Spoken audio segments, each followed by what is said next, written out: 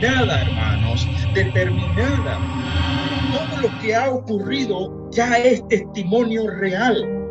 Todos nosotros conocemos como la nación de Israel, quien se representa en esta hermosa bandera, hermanos, que honramos y amamos con el respeto y la reverencia correcta, entendiendo los pactos de Dios, entendiendo el lugar de ellos, como la dureza de servir de esta nación, sin ellos saberlo, nos abre la puerta a nosotros, sin ellos siquiera saberlo. Hermanos, muchos israelitas ni siquiera entienden del porqué de la herida de Jacob. Lo llevo más allá. Mucha iglesia ni siquiera sabe del porqué de la herida de Jacob, del porqué de la lucha del ángel de Jehová con Jacob. Alabado sea Dios. Lo que representa la profecía de Jacob en Génesis 49 no es cualquiera profecía, hermanos. A mi criterio, es una de las más grandes profecías de toda la Biblia. No había ley, no había profetas. Y Dios, como el Dios hombre, el Cordero de Dios, ahora sus pies entrarían a la santa ciudad, ahora como el Dios hombre, como el Cordero de Dios. Un pacto que nace en una promesa. Como Dios, en esa prognosis, en esa omnisciencia, coloca 3 hombres. Y de esos 3 hombres diseña un proyecto especial. Abraham representando un pacto, el padre entregando un hijo, así como el padre entregaría a su hijo amado. Ese hijo, Isaac, representaría la unión, el vínculo entre 2 pactos, entre 2 naciones, entre 2 hombres. Cómo Jacob se convierte en una nación. Cómo le cambian su nombre a una nación. Cómo Dios determina a través de su palabra un proyecto especial, muy especial. Esos pactos los hemos venido mirando, estudiando, analizando, viendo con lujo de detalles, los enlaces del Antiguo Testamento con los profetas, con el apóstol Pablo. Y llegamos ahora en una etapa donde queremos estudiar y queremos seguir estudiando la profecía de Jacob. La semana pasada estuvimos nosotros dando un comienzo muy especial en Génesis capítulo 49, ¿recuerdan? Vimos cosas muy especiales, como por ejemplo, ¿cuántos recuerdan todo lo que representaba o todo lo que sigue representando José como uno de las 12 tribus de Israel de Jacob?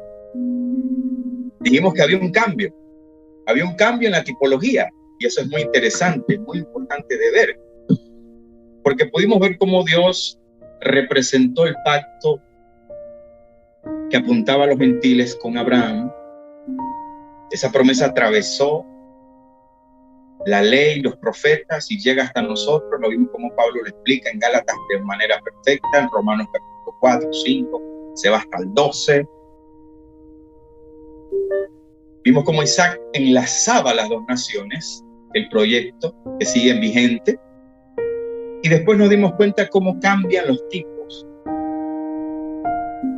Cuando aterriza el proyecto de Dios en Jacob y salen los descendientes de Jacob, se convierten en 12 tribus, cómo entonces el tipo hace un cambio al punto que incluso Faraón consigue ser en esta parte de la historia un tipo positivo, porque era un tipo representativo del Padre, aunque cueste entender de que Faraón, la voluntad de Dios aquí tiene una tipología del Padre.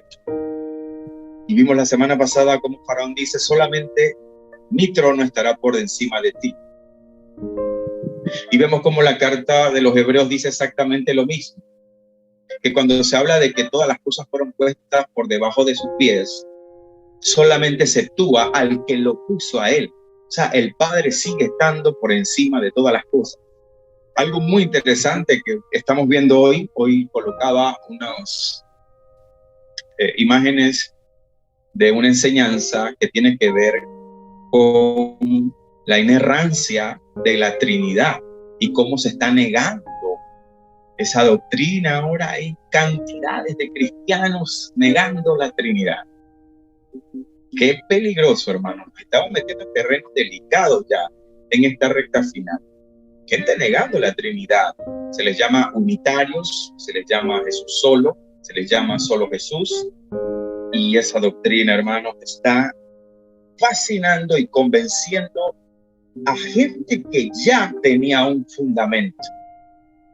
Por esa razón el apóstol Pablo dice: las malas conversaciones corrompen las buenas costumbres. Y Pablo no está hablando de modales en Primera de Corintios capítulo 1, se está hablando de doctrina. Pablo está advirtiendo, y hoy, por el desconocimiento de muchos fundamentos, cómo el Padre marca esa paternidad desde el Antiguo Testamento y lo va marcando no solamente en el Nuevo Testamento, sino que las tipologías que estamos viendo. Hay un Abraham representando Padre, señores. Hay un Isaac representando el hijo de la promesa. Hay un Jacob representando una nación. Hay un cambio de tipología y ahora José representa el Mesías para Israel, que ese es el cambio que vimos en la tipología. Que ahora Jacob permanece siendo el tipo y es una nación, no solamente un tipo, sigue siendo Jacob la nación de Israel y seguirá siendo. Pero el cambio de José representando a ese Mesías que va a poder atraer nuevamente a la nación de Israel. En cantidades de enseñanzas que hemos dado, nosotros hemos presentado lo que está escrito, nada que nosotros hayamos, lo que está escrito. Ellos tienen un velo puesto para que nosotros entráramos, pero cuando llegue el tiempo de la recuperación de la nación de Israel, el velo será quitado, ellos serán atraídos nuevamente. De los dos pueblos hará uno solo. Vimos en detalle la semana pasada, pudimos ver Romanos capítulo 11, bastantes cositas de Romanos capítulo 11. Pero para no dejar ir el paréntesis que estoy haciendo, hermanos, la paternidad de Dios se viene registrando desde la antigüedad. Imagínense qué peligroso es hoy negar la Trinidad. El hecho de que la palabra se acuñó por Jerónimo mucho después de Cristo no significa que Dios mismo. Cuando a mí me preguntaron un día acerca de la Trinidad, mi respuesta fue: la Trinidad se reveló en las Escrituras. No requiere ni siquiera de ponerle el nombre Trinidad. Dios fue revelando las tres personas a través de las diferentes dispensaciones y tiempos. En cada tiempo, de acuerdo al proyecto de Dios, se fueron revelando las personas. Se fueron revelando, y hay tantos textos que desde la antigüedad muestran las tres personas.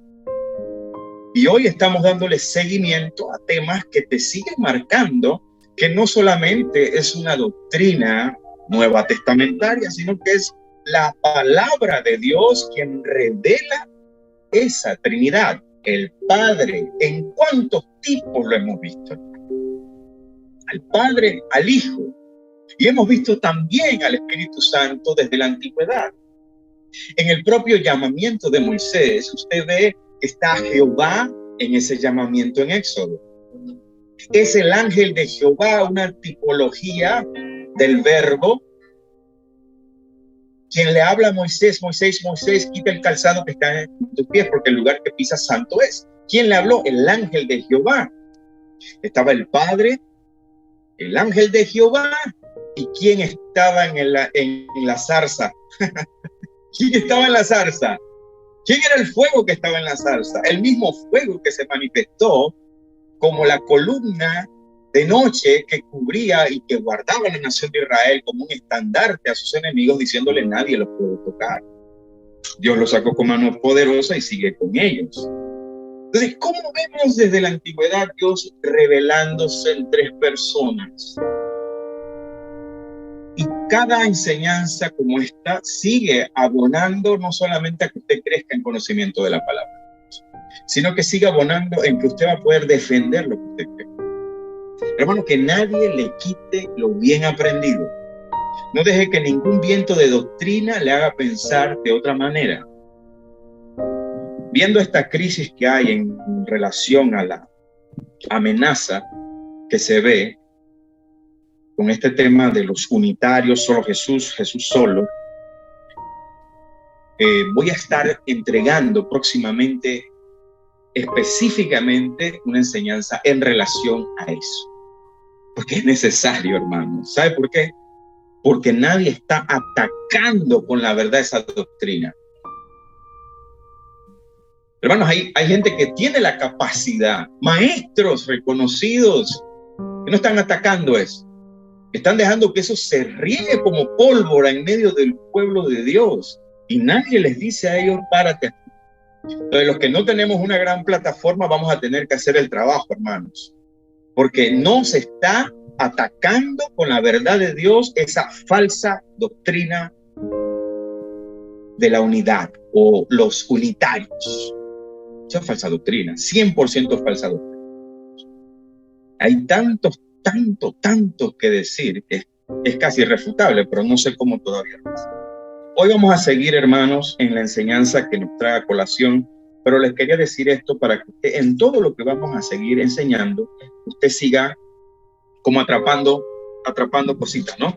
Para que usted siga también teniendo esa capacidad de defender aquello que usted cree y que se le enseñó bien. La semana pasada pudimos ver todas las formas en las que Dios está revelando quién es José para la nación de Israel. Una de las cosas que terminamos viendo la semana pasada fue cómo Efraín y Manasés, ahora entendemos por qué tanto amor por esos dos hijos nacidos en Egipto, Egipto representando el mundo gentil, los hijos de la egipcia con José, ese amor profundo que había y que hay todavía de Israel por José y los hijos de José, un amor muy especial. Y hoy vamos a seguir viendo todas estas cosas que venimos mostrando. Le invito a que vamos a seguir observando algunas cositas aquí. Nosotros queremos ir con pausa acá. Quiero refrescarle la memoria qué ocurrió con Simeón y Leví. ¿Alguien se acuerda qué fue lo que causó que la profecía que dice Simeón y Leví son hermanos, armas de iniquidad? Sus armas en su consejo no entre mi alma, ni mi espíritu se junte en su compañía. En su temeridad desarretaron toros. Maldito su furor, que fue fiero, y su ira, que fue dura. Yo los apartaré en Jacob y los esparciré en Israel. ¿Cuál fue el pecado que cometió estos dos hermanos? ¿Alguien se acuerda? Vamos a hacer un recordatorio. ¿Alguien se acuerda cuál fue ese pecado que se le tomó en cuenta en este momento en la profecía? Venganza. ¿Venganza por qué? Por su hermana. ¿Por qué no que se dejan de ganar de Grey? ¿Ah?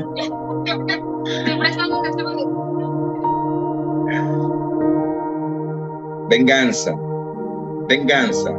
Hermano, Jacob le dio muchos problemas a Dios desde el principio.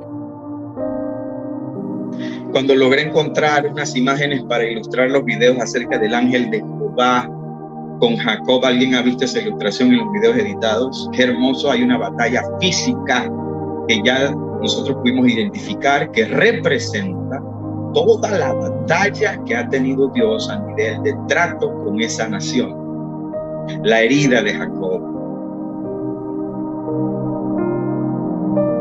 ¿Cuántos se acuerdan de que Jacob cojea? Israel cojea. Todos los hombres grandes de la antigüedad tuvieron esas fallas que hacían que Israel siguiera cojeando hasta que llegara el israelita perfecto, nuestro Señor Jesucristo, cumpliendo la ley, venciendo el pecado, cumpliendo la ley, venciendo la muerte, cosa que nadie podía hacer. Por eso la carta de los Hebreos separa a los ángeles de Jesús, separa a Moisés de Jesús. Ese pecado fatal para Leví le causó gran dolor. Hasta hoy la nación de Israel se encuentra con un velo puesto.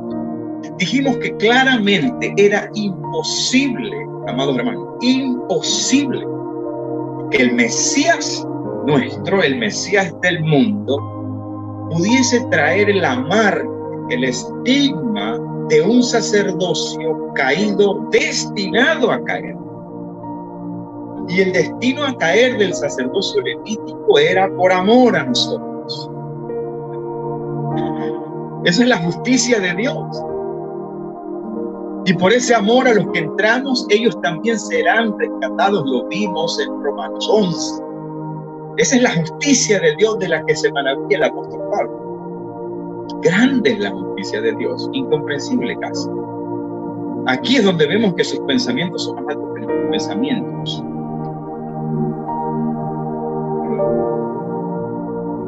Dios preparó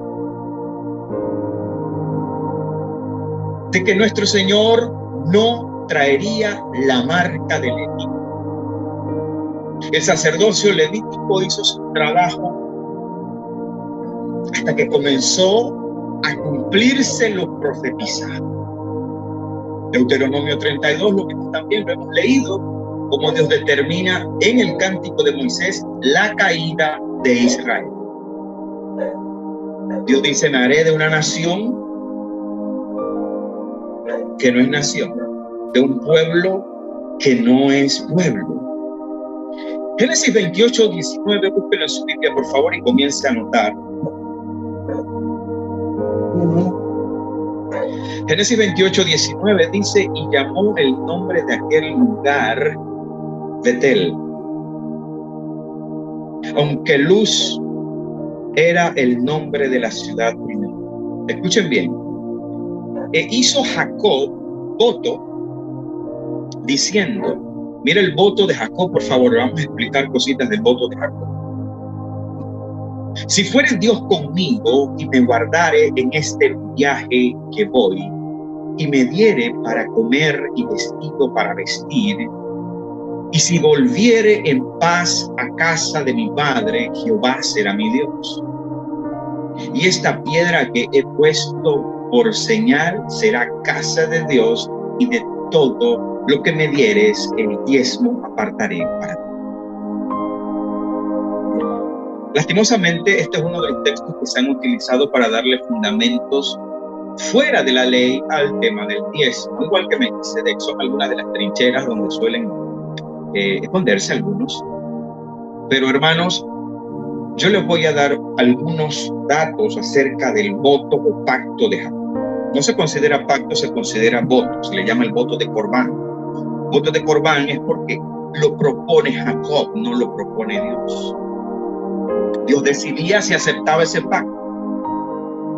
El hecho de que aquí Jacob está prometiendo no solamente darle el 10%, sino las otras cosas que leímos allí.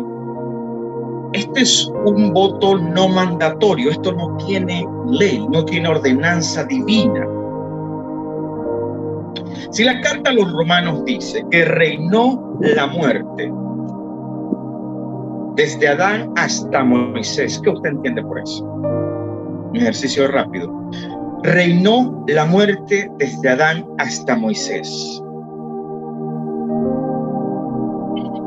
De generación. No había algo que condenara al mundo porque no existía una ley que condenara al mundo. La muerte deja de reinar porque ahora la ley que se le da a Moisés 430 años después de Abraham indicaba al hombre cuál era la voluntad de Dios perfecta y la justicia de Dios. Tuvo un stop la muerte porque ahora hay una ley que señala el pecado del hombre, la condenación del hombre y la voluntad perfecta y la justicia de Dios. Pero no había ordenanza. Si reinó la muerte desde Adán hasta Moisés, no hay ley desde Adán hasta Moisés.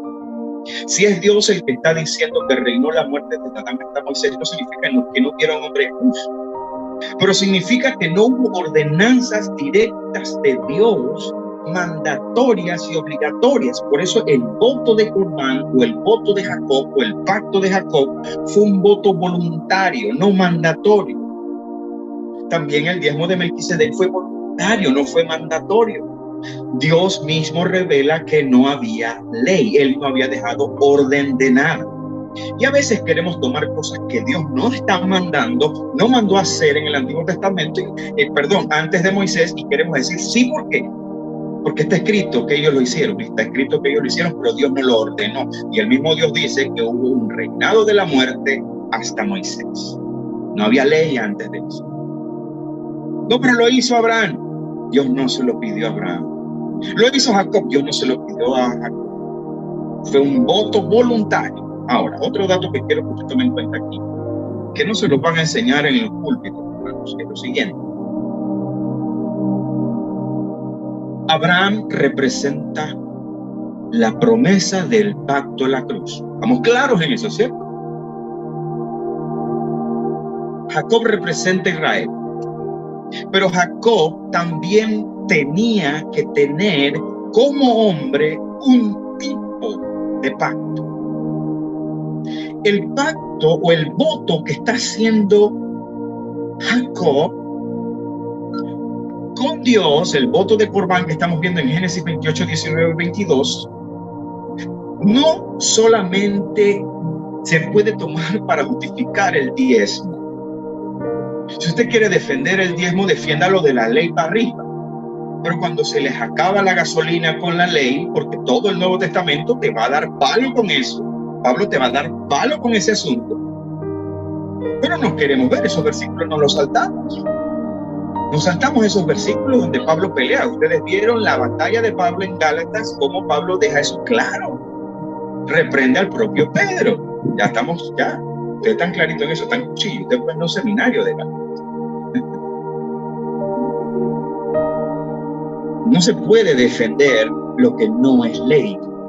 No se puede, no se ve.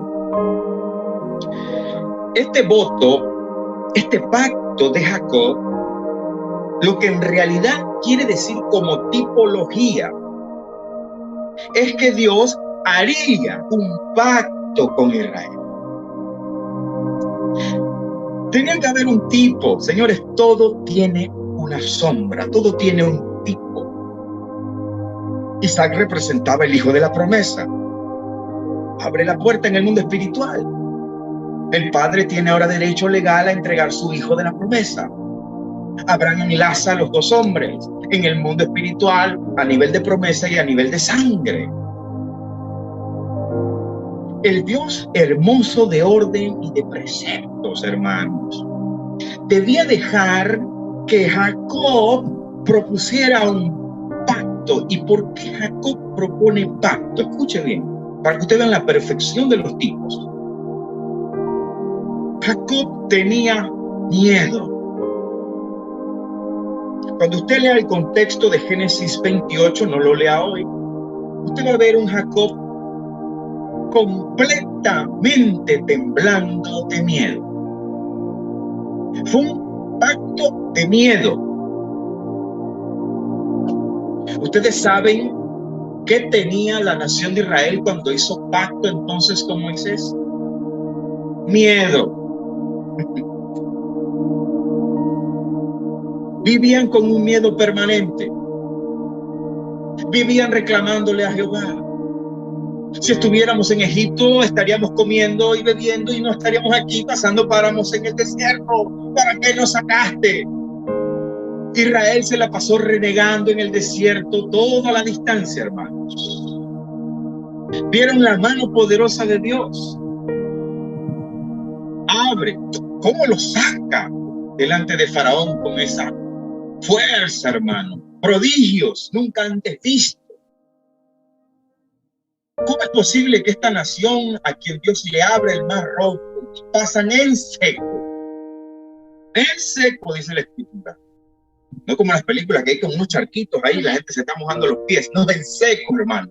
No habían charquitos. Poder de Dios. Dígale amén a eso. Ese es el poder de Dios. ¿Cómo esta nación todavía en el desierto tenía miedo? Porque Jacob tuvo miedo. Jacob dio problemas. La nación de Israel no iba a parar de dar problemas. Por eso la tipología de la batalla de Jacob con el ángel de Jehová. ¿Cuándo Jacob recibió la bendición de Dios en esa batalla con el ángel? ¿Cuándo? Después de la herida. Es que recibe la bendición. La nación de Israel será bendecida cuando termine de pasar todos sus procesos. Ahora, lo más importante que usted tiene que recordar, usted va a ser una persona que va a saber el significado de cada hombre de la antigüedad, de cada patriarca al detalle. Ese pacto de Génesis 28, 19 y 22 que hace Jacob como un voto, es un error tomarlo como arma para defender el diezmo. Porque lo que significa ese pacto, ese voto de miedo, si tú me cuidas porque tengo miedo, yo te voy a dar esto y esto y esto, incluyendo el 10% de lo que tengo. En ninguna parte dice que Dios aceptó, pero era apuntando a lo que ocurriría en el monte Sinaí. Dios es tan perfecto y santo que absolutamente todo tiene un precedente. Dios sabe a dónde va su proyecto. Necesito aplicarte a tu vida que todo lo que ha pasado, doloroso o no en tu vida, como la herida de Jacob, tiene un proyecto de Dios. Aunque duela un poco. Dios conoce cada una de las cosas que nosotros necesitamos pasar para poder estar listos y recibir entonces la bendición de parte. Si lo hace Dios en lo macro, en lo magnífico desde la antigüedad, lo hará por tu vida, lo hace en tu vida y lo seguirá haciendo en tu vida. Porque ese es el Dios todopoderoso al que nosotros servimos. Por eso que el consejo de Dios sale por sí solo y llega a nuestro corazón. Y no es lo que dice, es lo que dice la palabra. El carácter de Dios se registra para esto, se registra para ti. Cuanto más ahora que fuiste comprado y lavado por la sangre del Hijo de Dios. Cuán grandes más razones tenemos nosotros cuando la Biblia nos dice que a los que aman a Dios, todas las cosas les ayudan para bien. Esto es, a los que conforme a su voluntad son llamados. Y eso tiene que ser una realidad para nosotros. No importa qué tiempo pasemos cojeando. Esa herida tiene un propósito, dígale amén a eso. Esa herida tiene un propósito. Esa herida, esa circunstancia, esa dificultad tiene un propósito de parte de Dios. El voto de Jacob de Génesis capítulo 28, 19 al 22 se materializa en Éxodo capítulo 24 del 7 al 8. Lo voy a leer. 24. Y tomó el libro del pacto y lo leyó a oídos del pueblo, el cual dijo: haremos todas las cosas que Jehová ha dicho y obedeceremos. Entonces Moisés tomó la sangre y roció sobre el pueblo. ¿Sobre quién roció la sangre? Ok. ¿Está dando cuenta cómo hace Dios pacto? Con sangre. Sin derramamiento de sangre no hay remisión de pecados. He aquí la sangre del pacto que Jehová ha hecho con vosotros sobre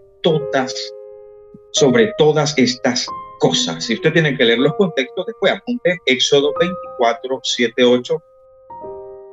Se cumple finalmente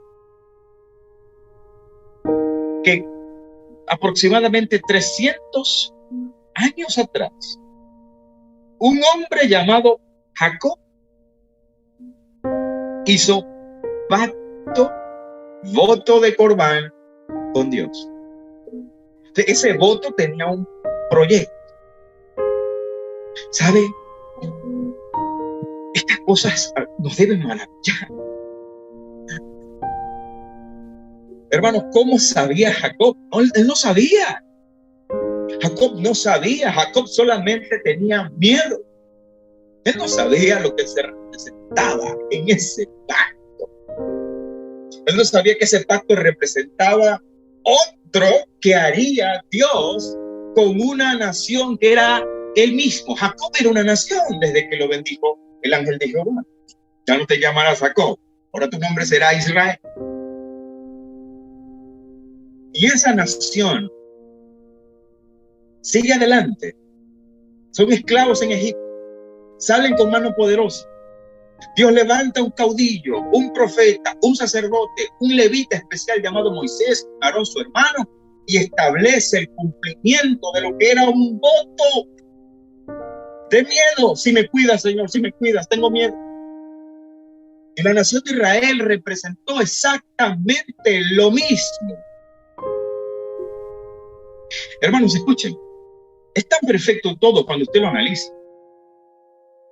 ¿Cómo es posible que Jacob, hermanos, si hay algo que tenían los israelitas, era que todos los eventos eran registrados. Ellos tenían cronistas, tenían escribas, tenían gente que registraban todos los eventos. No era una tradición solamente hebrea. Cada rey de la antigüedad, lo que más le importaba era dejar el legado de sus grandes hazañas. Todos. Cuando usted lee la historia o conoce la historia de Alejandro el Grande, Alejandro Magno, cómo se peleó con su cronista, pero no lo mató hasta cuando ya escribió su cronista todo lo que era necesario. Entonces, en una de esas cosas de Alejandro lo mató. Pero no se despegaba de sus crónicas. No sé, era como cuando la selección de un país se mueve, tienen que tener X cantidad de gente o sus, no sé, masajistas, entrenadores, asistentes, no se despegaban. Hermanos, ¿cómo es posible que Jacob, teniendo la referencia, escuche bien, usted sabe todas las cosas grandes que hizo Dios con Abraham, con Isaac? Hermanos, cuando Abraham se levanta contra los reyes de Kedorlaomer, los reyes de Kedorlaomer habían vencido a otros reyes, 4 o 5 reyes. Estos reyes que habían vencido a otros más, Abraham los invade, los ataca con 300 hombres. 5 reyes, y entre ellos habían refaitas. ¿Y saben quiénes eran refaitas? Gigantes. Entre esas 5 reyes habían gigantes, y Dios se glorifica. Y es de vuelta de esa batalla que le sale al encuentro Melquisedec. Justo de esa batalla. ¿Ustedes creen que no había registro de eso? Por supuesto que había registro. Todo en la antigüedad se escribía, sobre todo si eran glorias. Pero bueno, si se escribía lo malo, Primera y Segunda de Reyes, Primera y Segunda de Samuel registra las cosas malas y buenas del rey David. Dios no oculta nada. Ya.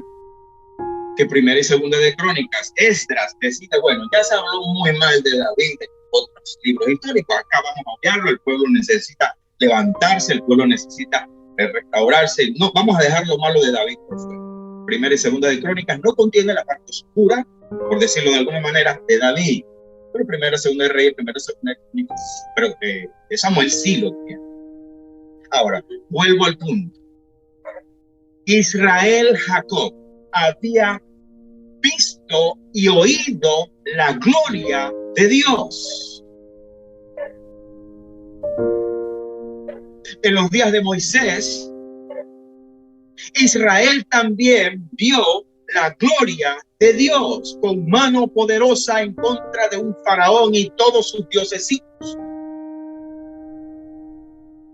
Pero Israel estaba marcado para ser un pueblo que tendría miedo. Y esa marca es lo que usted vio y se registra en Génesis 28 completo. Un hombre lleno de miedo, marcado tipológicamente, porque la nación de Israel tendría miedo.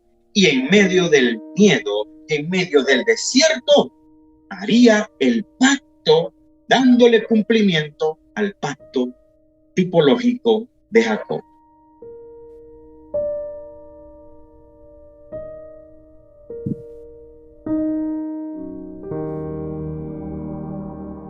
En Deuteronomio 32:18,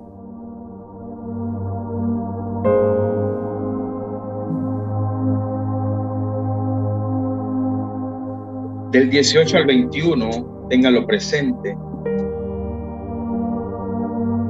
Dios comienza a revelar con mucho más detalle y más claridad que había un proyecto que apuntaba a los gentiles. Téngalo ahí, anótelo.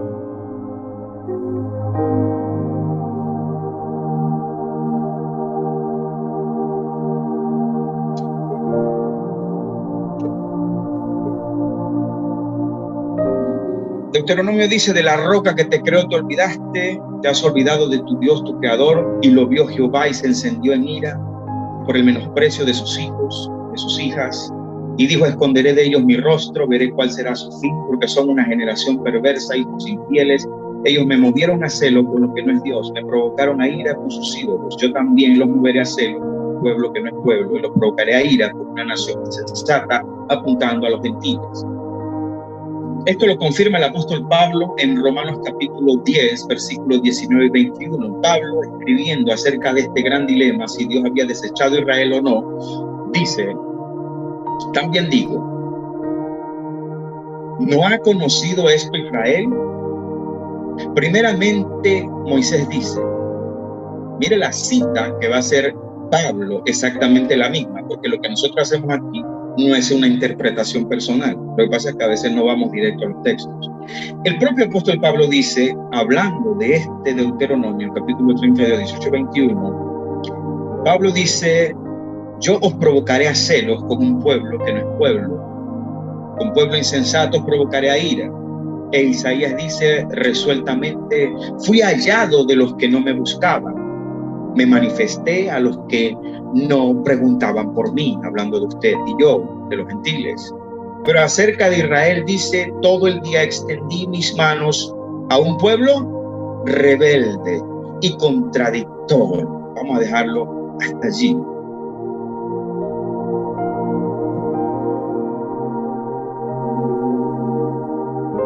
Hermanos, desde que Dios estaba haciendo el proyecto, el plan especial, Jacob estaba marcado, sus hijos estaban marcados, los levitas estaban marcados. Y eso nos dice a nosotros, hermanos, que Dios marca a un hombre. Si la nación de Israel necesitó sangre, necesitó que Moisés rociara con la sangre de un cordero para hacer ese pacto, nosotros también necesitábamos ser rociados por la sangre del Señor para el otro pacto. Pero ese trabajo se hace no solamente en la cruz se fue el sacrificio. En la carta a los Hebreos se dice que Él roció una vez y para siempre la sangre suya como un sacerdote por todos nuestros pecados.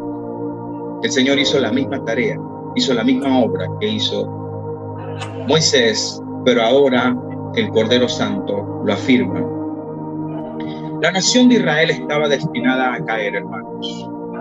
Y tenemos la hermosa banderita de la nación de Israel. Me dice la hermana, está aflojando, hermano, está judaizando. No, ella no me dijo que estaba aflojando. Pero es que, hermanos, amamos a la nación de Israel, dígalo, pero entendemos los proyectos de Dios, ¿verdad que sí? Entendemos los proyectos de Dios.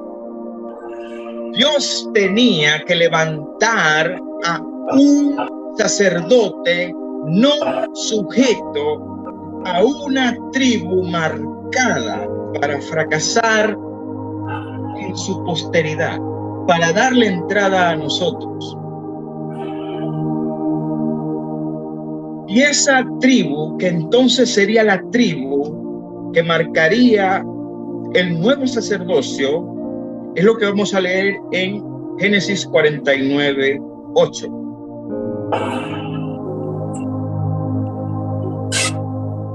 Judá no era el primogénito, téngalo muy presente. Judá no era el primogénito. Sí.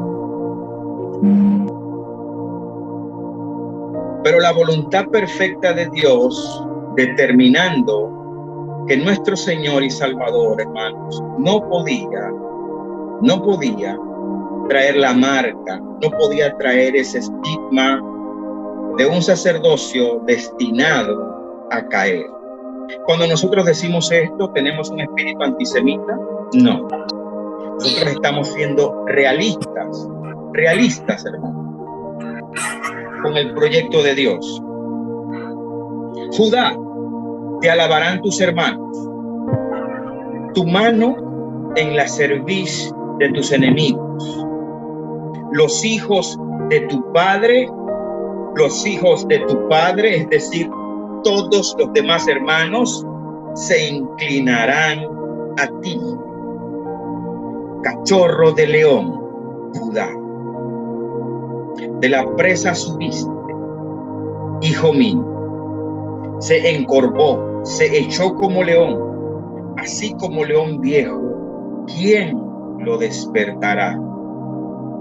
No será quitado el cetro de Judá, ni el legislador de entre sus pies, hasta que venga Silot, y a él se congregarán los pueblos, atando a la vid su pollino, y a la cepa del hijo de su asna. Llevó en él vino su vestido. Llevó en él vino su vestido, y la sangre de uvas, su manto. Sus ojos rojos de vino y sus dientes blancos de leche. Vamos a parar aquí. Fíjese lo que dice aquí acerca de Judá. Ahora Judá representará y representa hasta hoy la tribu por medio de la cual el Mesías descendería. El linaje de la tribu de Judá. Para que ese estigma, esa marca de Leví no afectara el sacerdocio santo.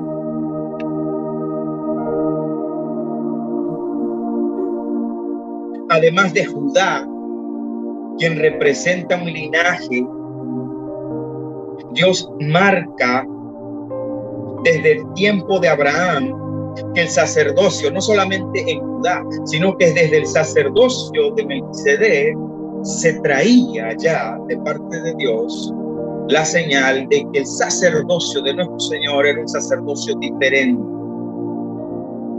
Pero en cuanto a tribus, Melquisedec marca el sacerdocio, pero en cuanto a tribu, el Mesías no podía ser del linaje de la tribu de Leví. No podía. En cuanto a sacerdocio, Melquisedec es quien marca el sacerdocio celestial. Hebreos capítulo 7, usted lo puede leer en su casa, ya lo hemos visto nosotros anteriormente. Judá, te alabarán tus hermanos. Cuando usted ve en el censo de Apocalipsis capítulo 7, hermanos, usted va a ver que la primera tribu que se menciona en el censo de los 144,000 es la tribu de Judá. Apúntelo allí. No lo lea ahorita, después lo va a leer. Apocalipsis capítulo 7 hay un censo donde ahora la tribu de Judá marca de primero. Después vamos a ver por qué la tribu de Dan no está incluida. Ahora, quiero que ustedes vean algo mucho más allá. Cuando dice, a él se congregarán los pueblos, atando a la vid su pollino y a la cepa el hijo de su asno. Lavó en el vino su vestido y en la sangre de uvas su manto. Estas palabras ténganlas presentes para que ustedes vean el poder de Dios determinando desde tiempos antiguos exactamente todo, hermano. Sí, 49:11. Apunte y busque conmigo Isaías 63. Recuerde las palabras. Lavó en el vino su vestido y en la sangre de uvas su mano. El profeta Isaías dice que viene de Edom, de bosque, con vestidos rojos. Hermoso en su vestido, que marcha en la grandeza de su poder. Yo, el que hablo en justicia, grande para salvar. La pregunta en el versículo 2. ¿Por qué es rojo su vestido? Las mismas palabras. ¿Por qué es rojo su vestido y tus ropas como del que ha pisado el lagar? Verso 3. He pisado yo solo el lagar, y de los pueblos nadie había conmigo. Los pisé con mi ira y los hollé con mi furor. Y su sangre salpicó mis vestidos y manché todas mis ropas, porque el día de la venganza está en mi corazón y el año de mis redimidos ha llegado. ¿Cómo Dios marca el propósito desde Jacob?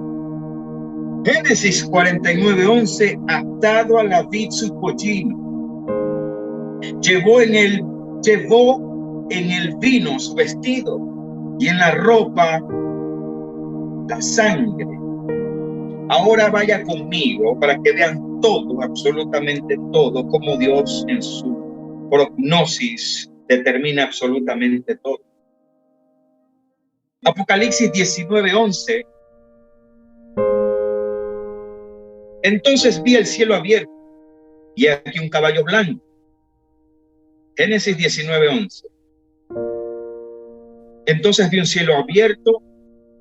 Apocalipsis 19:11. Para que vean, hermanos, miren, cómo de Génesis 41 se incluye profecía y no es la única. Hay muchas más. No es la única la que leímos en Isaías. Pero este es el hermoso poder de Dios registrado en su palabra. Este evento que vamos a leer es lo que ocurrirá cuando el Mesías descienda de forma visible a establecer el reinado milenial en la tierra, pero primero a terminar con la maldad, con el anticristo y el falso profeta. Lo que está escrito desde Génesis 49.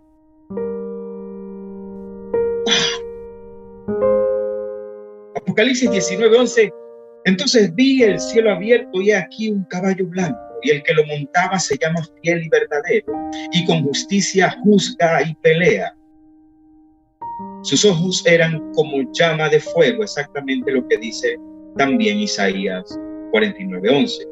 Y había en su cabeza muchas diademas, ahora porque hay gloria en él, la gloria que le da al Padre después de que vence. Muchas diademas, y tenía un nombre escrito que ninguno conocía sino él mismo. El 13 es hermoso. Estaba vestido de una ropa teñida en sangre y su nombre es el Verbo de Dios. Y los ejércitos celestiales, vestidos de lino finísimo, blanco y limpio, le seguían en caballos blancos. De su boca sale una espada aguda para herir con ella a las naciones. Y él las regirá con vara de hierro. Y él pisa el lagar, lo mismo que dice Isaías 63. Y él pisa el lagar del vino, del furor y de la ira de Dios Todopoderoso. Y en su vestidura y en su muslo, Jacob. En su muslo, Jacob. Esto tiene mucha relación con la herida de Jacob. Fue en el muslo donde Jacob recibe la herida. Diga, wow. Y en su muslo tiene escrito este nombre: Rey de Reyes y Señor de Señores. Justo lo que representaba la debilidad de Israel, el Rey de Reyes, ahora representa su nombre, su poder, su fortaleza, exactamente en el área de la debilidad de Israel. Ahora será el área del poder manifestado en el Rey de Reyes y Señor de Señores. En el mismo lugar donde Jacob recibe la herida, él trae algo inscrito, dándonos a nosotros la clara iluminación de que el Dios de los siglos, el eterno Elohim, tiene absolutamente todo en su perfecta voluntad. Por eso que cuando el escritor dice en Jeremías 1:12, yo apresuro mi palabra, otras versiones dice, yo vigilo sobre mi palabra para ponerla por obra. Cuando la Biblia dice claramente que no pasará ni una jota ni una coma sin que no se cumpla toda la palabra de la ley. Séquese la hierba, marchítese la flor, pero la palabra de Jehová permanecerá para siempre. Hermano, cuando usted ve este poder determinar, hermanos, desde tiempos antiguos, desde una profecía que se le da a Jacob, el destino profético de una Israel que está determinada, hermanos, determinada. Todo lo que ha ocurrido ya es testimonio real. Todos nosotros conocemos como la nación de Israel, quien se representa en esta hermosa bandera, hermanos, que honramos y amamos con el respeto y la reverencia correcta, entendiendo los pactos de Dios, entendiendo el lugar de ellos, como la dureza de servir de esta nación, sin ellos saberlo, nos abre la puerta a nosotros, sin ellos siquiera saberlo. Hermanos, muchos israelitas ni siquiera entienden del porqué de la herida de Jacob. Lo llevo más allá. Mucha iglesia ni siquiera sabe del porqué de la herida de Jacob, del porqué de la lucha del ángel de Jehová con Jacob. Alabado sea Dios.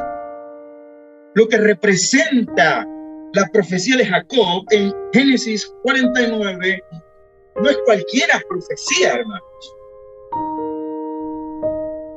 A mi criterio, es una de las más grandes profecías de toda la Biblia. No había ley, no había profetas, y Dios le place entregar a un hombre llamado Jacob el destino profético, no solamente de sus hijos. Lo que quiero que veas además, hermanos, es que aquí Dios no está hablando solamente del destino de Israel.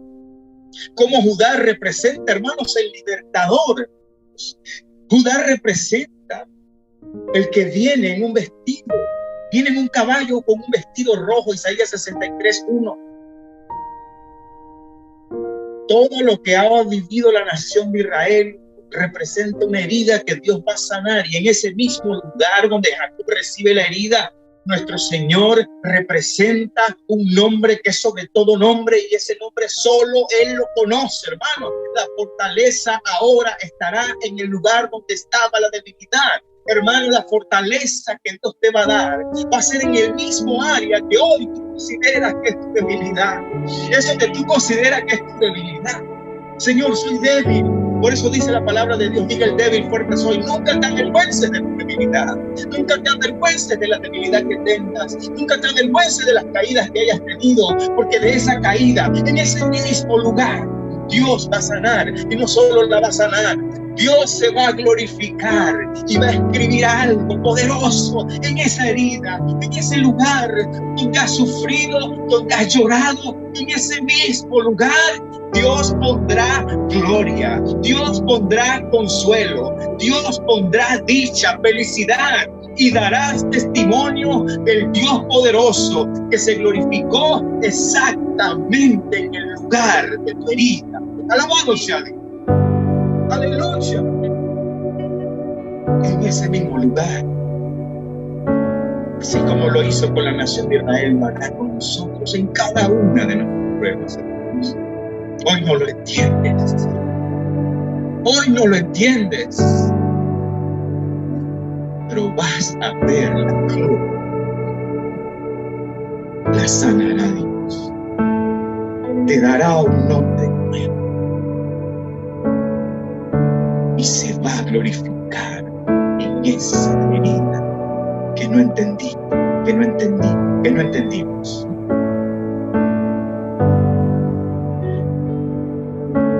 Vamos a darle gracias, Señor. Vamos a seguir viendo las demás cosas. Sin apuros, Señor. Nadie nos está correteando acá, ¿verdad? Padre, gracias por tu palabra. Te decimos, alabamos tu nombre, glorificamos tu nombre, Señor. Padre, que los corazones que hayan recibido hoy esta palabra, que por medio de tu Espíritu Santo haya consuelo. Oramos a ti, Señor, que esta palabra no retorne vacía, Señor, sino que haga el trabajo por el cual ha sido enviado. Tú nos has mostrado a través de tu palabra tu poder, Señor, como desde Jacob tú determinaste el futuro de una nación y el futuro de toda la humanidad, Señor. Como sacaste al Mesías de una tribu que no podía ser su tribu, sino que tú te glorificaste, Señor, moviendo las cosas de forma diferente. Tú nos has revelado esta noche, Señor, que lo que hoy representa una herida en nuestras vidas, mañana será dicha. Mañana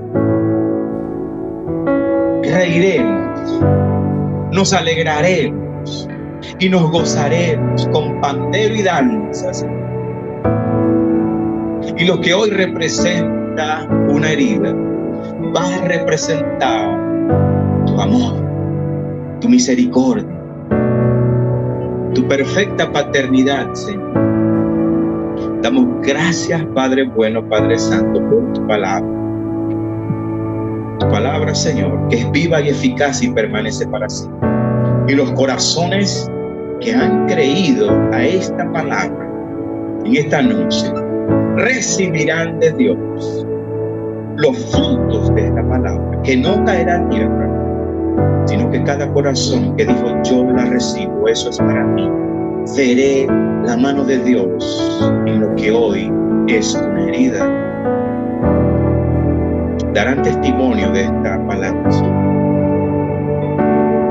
Darán testimonio, Señor. No importa dónde estemos. No importa, Señor, si nos movemos de aquí a otro lado. No importa, Señor, si tú tienes un tiempo específico para que estas enseñanzas sigan en este lugar.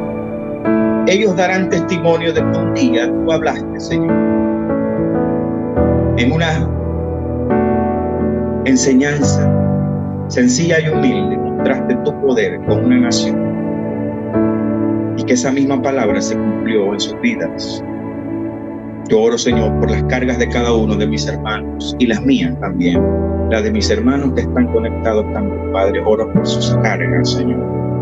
En el nombre de Jesucristo, Padre, yo oro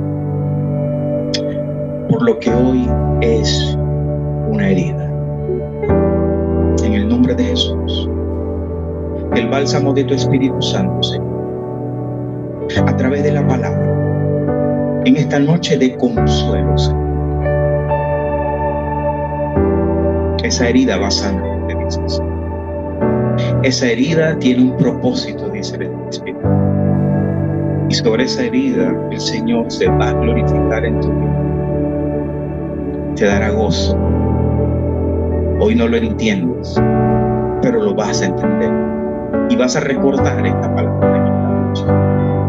En un lugar sencillo, humilde, Dios te habló y te dijo que te vas a alegrar de lo que hoy es.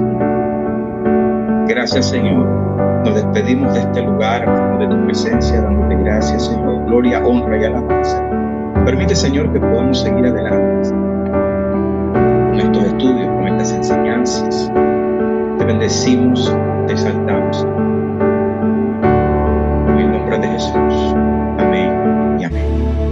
He decidido seguir a Cristo. Y es donde estamos, vamos a ponernos de pies para terminar esta hermosa enseñanza Señor, a darle toda gloria y toda honra por habernos permitido estar aquí. Si en algún momento del día pensamos en poder venir, Señor,